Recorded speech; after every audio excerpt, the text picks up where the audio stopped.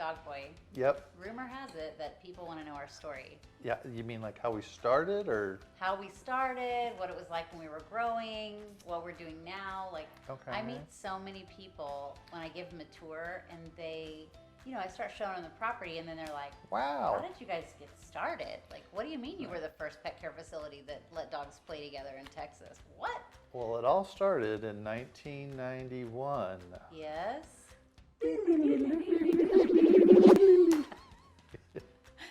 So yeah, I was back in school. I graduated from UT, hated my job. Do you remember that? You got a degree in advertising. Yeah. Hated my job in advertising. Was back in school, trying to figure out what the hell I wanted to do. And I saw a CNI dog stop a guy from falling down some stairs. And it was like my epiphany, my light bulb moment where I was like, that's what I want to do. I want to help dogs, help people. And so I went to class, and as you would have it, there was a sign that was advertising a dog training class or a person that taught positive dog training. And so I talked to her, and she interviewed me to see how I interacted with my own dog, even though I had no skills at all. Talked to my vet, who got me a job at a local kennel that has been around for decades. And that's when I got to tell my fiance, her, We were engaged at the time. that I was going to be quitting my job and working at a kennel for minimum wage, but I got a raise. Straight out of college. I got a raise in 2 weeks for 50 cents if I did all right. And minimum wage back then was what? $5.25? I think it was like $4.50. Really? Was it that good? Yeah. And I was like, wait a second. That's not what we're getting married. I was telling everyone I'm marrying an ad executive. What have you? He's a kennel tech, making minimum wage. Okay, great. Yeah. I'm still in. But I also got a job at shortly after that, I got a job at a pet store. And that's where I learned about dog food. And when I was working for Diana, I learned about dog behavior and the debunking of the pack mentality. Just really like everything I did, and that's where the name Dog Boy comes from, because one of my good friends, anytime he would ask me, what are you doing, man? Every answer was dog. So everything I was doing was the dog world. Yeah. And we weren't called Dog Boys at the very beginning. We had a different name. We had a couple of different names. And so just slowly grew from there, started teaching dogs at the Humane Society. I was doing board and trains for Diana. You were pet sitting for her. I was pet sitting and started doing board and trains at my own house, and then was like, we need a bigger place. And so we went out on a huge limb, and with some help from my parents, were able to find this place. And it was twice what we could afford. Yeah. So it was definitely scary as young as we were. And then we went to a bank and we said, hey. Yeah, so but for the first 2 years, should I take it from here? So this is still in the early years, but in the first 2 years that we were open, we had an outdoor kennel behind the house. It was just chain link fencing on gravel. There was a roof over it. With the roof, my dad helped me build that. Yep, dogs slept in our garage in crates at night, and that's all we had for like 2 years. This and was we both the had office. full-time jobs. Like we were here, like taking care of dogs at lunch, and But his job was like a home-based job, so he didn't have to go anywhere, so he could be here. But if he had to like go to the grocery store or had to schedule run an errand, basically dropping off was by appointment only. We didn't have like office hours. This was the office, by the way. The office, yeah. People checked in right here in my kitchen, and that was all we had for 2 years. And that's when we went to the bank after we had about 200 dogs in our database, which was an Excel spreadsheet. And my reservation software was like Calendar Creator 2.0 or something. And so we went to the bank, and the banker said, so wait a minute, you're going to let dogs play together that don't live together? Because back then, that did not exist in this town. So before we went to the bank, we started talking to other pet care facility owners and telling them what we were going to do, what we had been doing for 2 years. daycare was in our backyard. Like, literally, there were dogs like right out here, and it was 10 or 15 a day probably. Yeah, and I walked the dogs like off leash on the property, and that's how they got their exercises, and that's how you realized that dogs were social creatures and needed to be together with other dogs. Yeah. Because he would take them off leash on the property, and some would, it was fenced all the way around, so we weren't worried about dogs running away, but some would kind of run off, and so instead of chasing them, he would hide from them. correction, it was not fenced all the way around. Really? Yeah, we just had, there was like field wire, barbed wire. Okay, yeah, that's true. That's true. But still, there was a deterrent.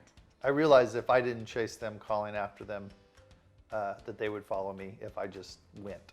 So that's how I figured that out. Yeah, so we started talking to other pet care facilities and telling them what we were doing, and they were like, oh, do not do that. Like, that is such a bad idea. You're going to get sued. You can't do You're that. never going to make it in business. Like, that's got to be against the law. Yeah, can't do it. You just should not ever put dogs together that don't live together. That's what everybody said. And we were like, we're already doing it. Like, it's already happening at our house, so we're not going to stop doing it just because you're telling me not to. Of course, all you have to do to get me to do something is to tell me I can't do it. So that was all the impetus I needed. Yeah, me too. So then we went to the bank, and we were telling the banker what was going on and how we had dogs in our backyard for daycare and all that. And he said, so wait a minute, you're letting dogs play together that don't live together? And I was like, yeah. And he goes, that's crazy. And I go, I know. And he goes, and brilliant. Have you thought about franchising? And I was like, we don't even have a building yet.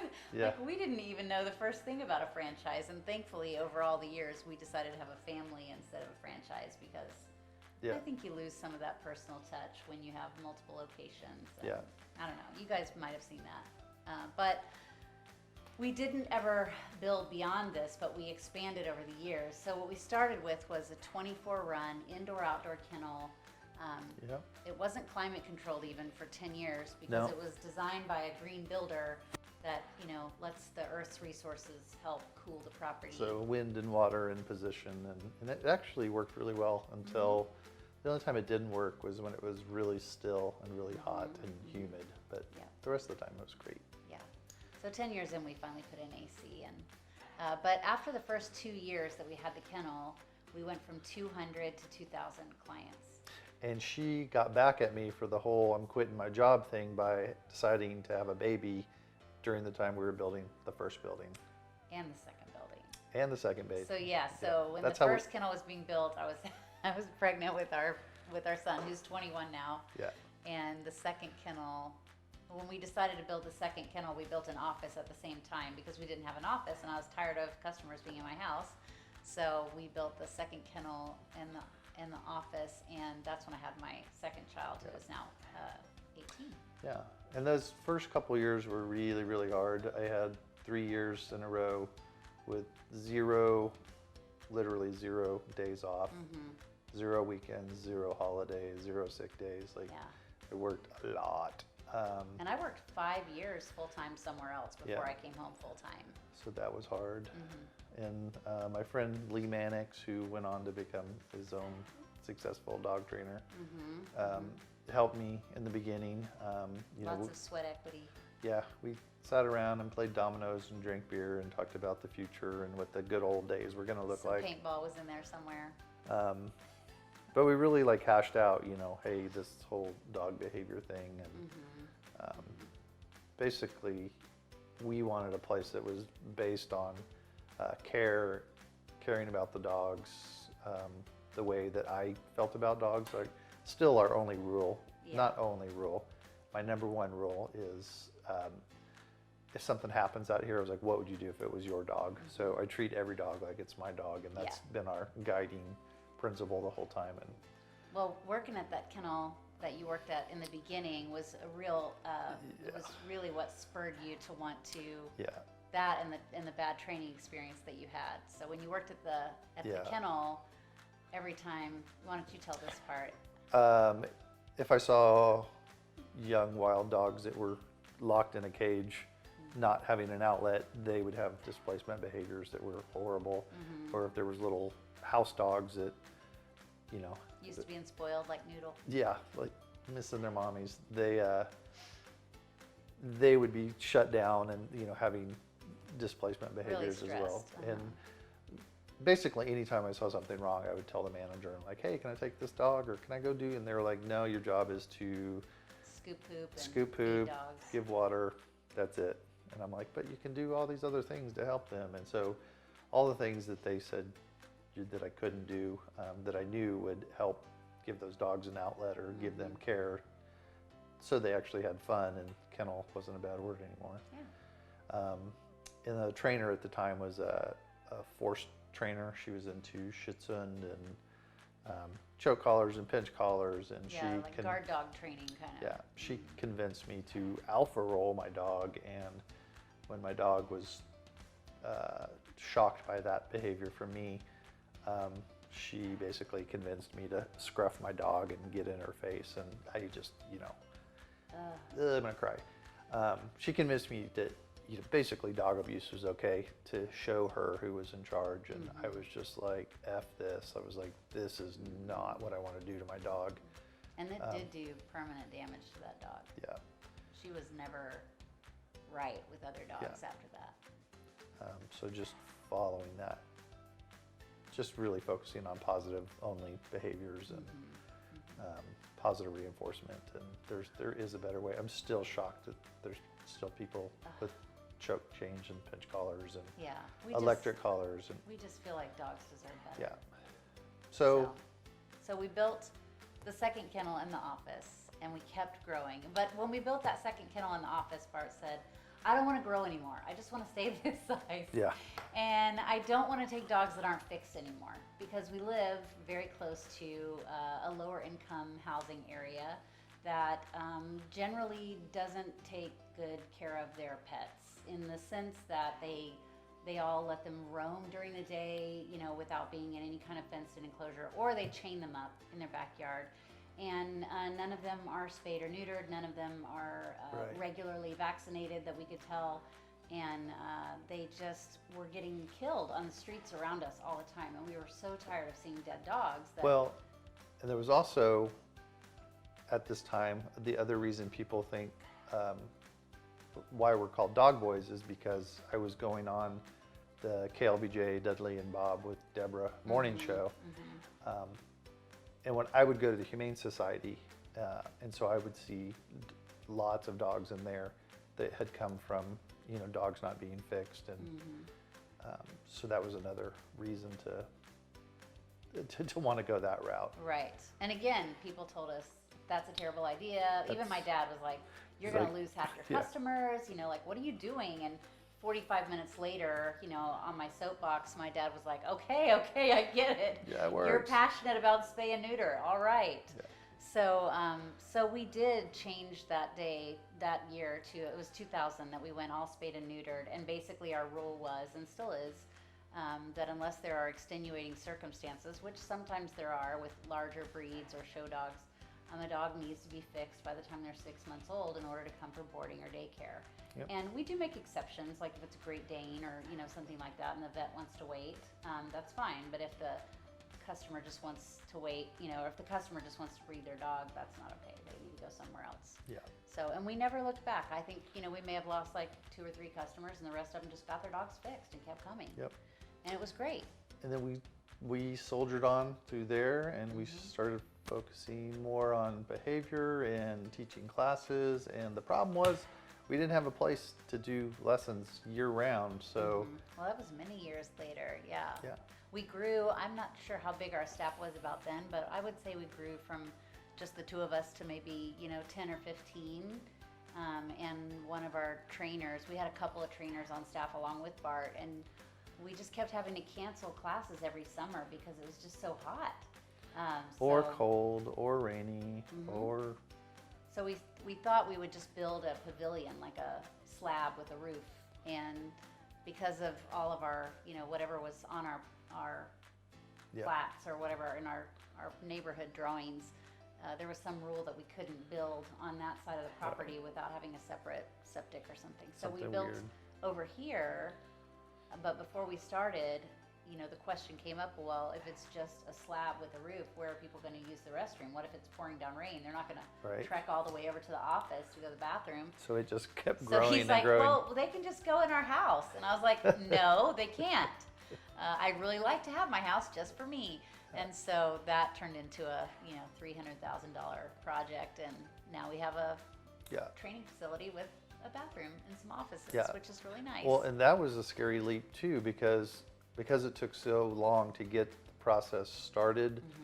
That's when the big crash happened. That was right, 2008. And the price of steel went way up, and we had to cut the size of the building in half, and had a couple of people saying, pull the plug, stop, like you can't afford to do this. And my belief was, like, I have to have a place for my people that are working in the kennel who are pursuing training in what I've as a career taught and thought.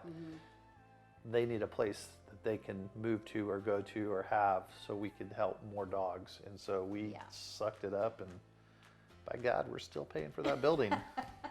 But it's worth it. But it's worth it. It's so worth it.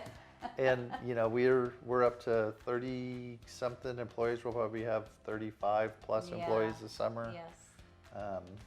And like a whole team of managers, and we have room for 90 to 100 dogs on any given day, which is pretty much every weekend in the summer, every holiday.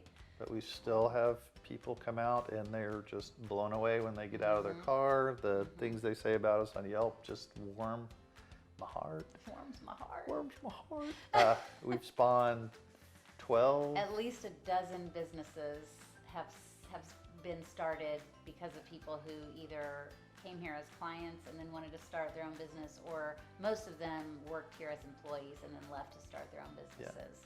A few people, like one person just like toured here and then started her own business, but a few people have asked us to consult, and we have done that on occasion. And I love doing it, but we didn't ever have deed restrictions or licensing issues, so I can't do that all over the country. But we are usually happy to help anybody that asks. And another thing is, there's I think it's because I'm Ma, you're Ma, and I'm Pa. Like there are, I don't even know how many relationships have started from employees who work here, or clients and employees who have interacted, and not just romantic relationships, but just like long-term, friendships, deep friendships. Yeah, I just was talking to somebody the other day, and they had went to go visit somebody that used to work here years ago, and they're like, "Oh yeah, we're still friends." Yeah. And I see it on Facebook all the time. I see a lot of people that are still, in touch, and it's because because I saw a stupid dog that was going down some stairs, and he told the blind guy, "Don't go there." Yeah. I still I just love it when I hear people just talk about how we got started, or if I don't know, it warms my heart when people tell other people about our business, or if they come back year after year, their dogs come and go and pass away, and then they come back. But or if I see other businesses that have followed in our footsteps, and now it's the norm to let dogs play together. Now it's the norm to be all spayed and neutered. And most people who have pet care facilities in town may not even know that it started here. Like that's what everybody else was doing, so that's what they did. Yep. But it feels really good to know that we kind of started all that. Yay. We're visionaries. Yeah. But I do love it when customers, like, their dog, I don't love it when their dogs pass away, obviously, but their dogs pass away, they may be gone for a while, and then they come back. I got a new dog, and I'm like, yay! So we have people that are on their 4th and 5th generation of dog owning, still coming back, or their kids are bringing their dogs, or it just really warms my heart. And that's why I really want this place to live on beyond us. Like, eventually we will retire, and once our kids are out of college, and one of them may even run this place one day, but I really want it to live beyond us, because it's a special place, and me too. It's special for dogs. Dogs deserve better. Dogs deserve better. Yeah. That's it. That's the story. I'm sticking to it. I'm sure we left some stuff out, but yeah, maybe so. Now we do the wacky outtakes.